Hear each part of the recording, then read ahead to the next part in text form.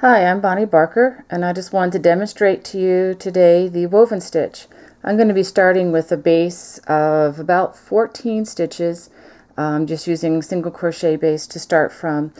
Using this stitch, you can use any multiple as long as it's an even number, or divisible by 2. Okay, to start the next row, I'm going to chain 2. I'm going to turn my work. And I'm going to work in every other stitch. So I'm going to count this as my first stitch, and I'm going to skip the first stitch, and I'm going to begin working in the second stitch. I'm going to go through both loops as I work. I'm going to yarn over, put the needle through both loops, pull up a loop, and this is where it gets a little bit different from your standard double crochet or single crochet. I'm going to pull through one loop only, loop over again, and then pull through 2. Okay, you're halfway through with the stitch.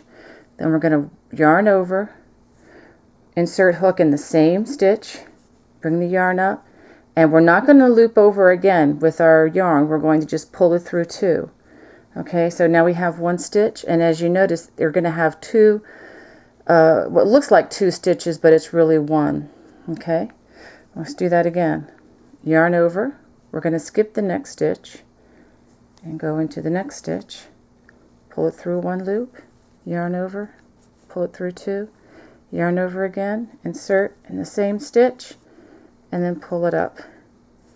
I'll do another one. Yarn over, I'm going to skip a stitch here again, insert into the next stitch, pull up a loop, pull it through 1. I'm going to watch the yarn if it splits sometimes. Yarn over, pull it through 2, second half, yarn over, put it in the same stitch, pull up a loop, pull it through 2. It's a little bit awkward if you're used to doing single crochet and double crochet only, but just hang with it. You do anything a few thousand times and the muscle memory does kick in, and it becomes kind of second nature. Okay, let's do that again. Yarn over, I'm going to skip a stitch, put it in the next loop, pull it through 1, yarn over, pull through 2, yarn over, the same loop, pull through 2. Okay, 2 to go for this row.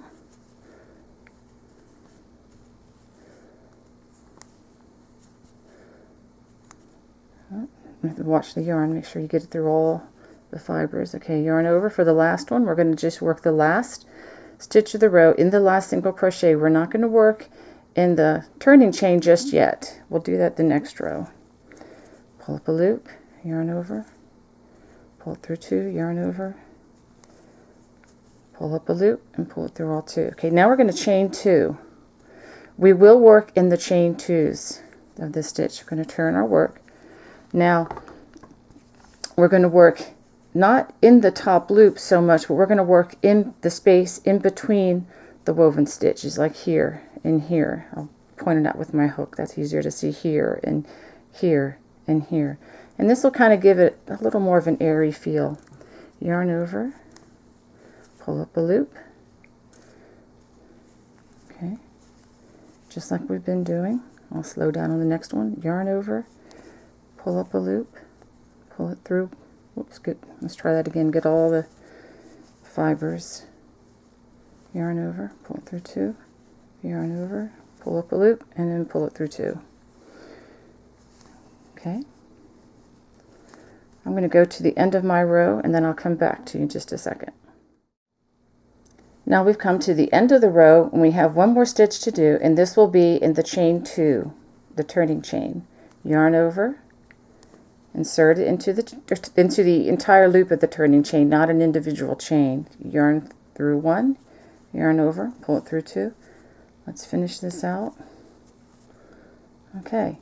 Now to do another row, all you would need to do is chain 2 and turn and begin another row just as we did before. Okay, we were going to work in the loops here. Okay, just like so.